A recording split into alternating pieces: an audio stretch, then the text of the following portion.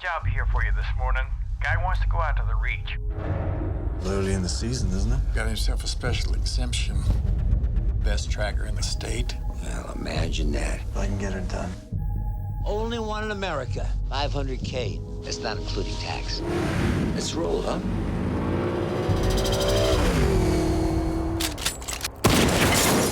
When you fire your weapon, you frighten the game. They're already frightened. That's why they're being hunted. Congratulations on the movie. This was a very intense thriller, and it made me very thirsty watching it, just as it should have. And Michael, for you, it's hard not to think of Gordon Gekko when you're playing medic, and I see from your expression you kind of saw that coming. Is that? Yeah, no, I definitely, I thought that was sort of one of the comfort factors for the picture to help an audience identify. This was a West Coast either bond insurance trailer, who has trophies of companies and bighorn sheep and horns that are his trophies. And yeah, it's a degree of that, a little more out of control than Gordon was. Kind of flips out with Ben, the character Jeremy plays. We had a deal, and that's the way he thinks. I shook hands on it, and then he tried to break it, so he's going to pay for it. But yeah, there's a comfort factor. I have no problem sharing that with Gordon. Good. Yeah, I was just wondering if you wanted to distinguish the character more from Gordon, or you're just fine with that. No, I think people, it goes with the territory. Sometimes it's nice to have baggage. Yeah. And this is where, so you can go, okay, I know that guy. And Jeremy, watching this movie made me want to invest in suntan lotion. Right. You end up going through just the hottest weather imaginable, much hotter than the 2015 LA Marathon. And I understand that you're very much into method work as an actor, based on the real wingman. I don't know. I don't really. I've never really known what that word really means. Okay. But I mean, saying that, there wasn't much to do outside of. I mean, it really was really hot, and it really was brutal conditions. And at night it was almost snowing and freezing cold, and so there wasn't, I guess, a lot of acting to do. What you see on there is kind of real. Well, there must have been a fair amount of acting, because for your audiences, I mean, Jeremy plays a kid from New Mexico, and you hear him talk, you would think it's far from it, but when he plays the part, he was right there. I could not believe how good his American accent was, and he won the role over a whole bunch of young American actors. Well, that's kind, yeah, Yes. and had to look like an American as well, because British people were not meant to look kind of ripped. Right. It's true. Yeah, my parents are British, so I know what you mean. Right. Yeah. Yes. Yeah. And but I mean, you really look like you got sunburned in this movie. I mean, it's just. It was a lot of. Well, that was a lot of prosthetic makeup, which actually, that was the toughest part. Actually, you don't really think about that when you're reading the 2 to script. 3 hours every morning just putting the makeup on. Wow. Yeah, and it's getting it off again, which is the painful bit. But yeah. But we didn't, as we said, we didn't have much else to do, Right, exactly. Yes. Yeah. We're in the middle of the desert. That wasn't like we were going to.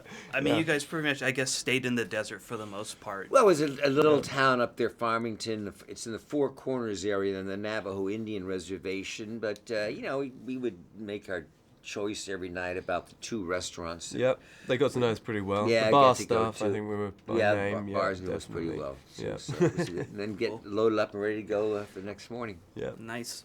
And you, of course, had that truck, which was pretty cool. That was cool, wasn't it? That was a lucky. I kept, trying to think of something. It was in the script, and I knew kind of, but he wouldn't have one of those big wheeled kind of things. And then a friend of mine said, "You got to see this Mercedes, this 6-wheel double axle Mercedes. There was only one in the country. Actually, it wasn't in the country. It was in Germany, and they cost $500,000.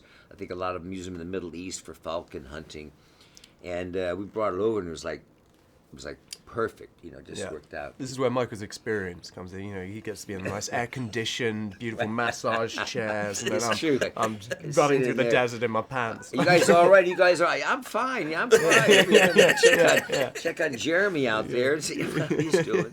I know that truck is like a character in the film. It was. And then we set it all up, that cappuccino machine and microwaves in the back and the gun, but.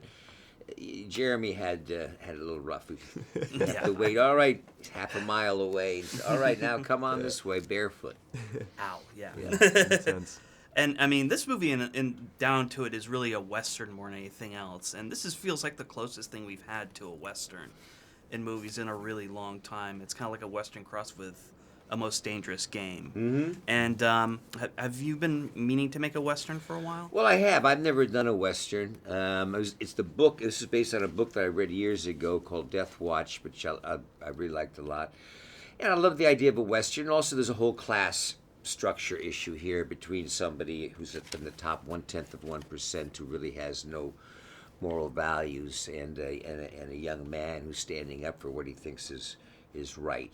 So it was well structured, and I was fortunate enough to get Jeremy. Did a heck of a job. You see anything? No! God damn it. I've known him my whole life. We need to take him to town. Then the situation's more complicated than you think. See, my competition, they'll destroy me if they find out about this. Drop it! Boy, did you blow this. This is gonna be 120 by noon, isn't it? Take off your clothes. Okay. Shoes and your socks. Come on, you're not gonna kill me. Okay. This would be murder. No. I'm not killing you. I'm just gonna watch you die. Let's go, Ben. Look at that sun. It loves you, man.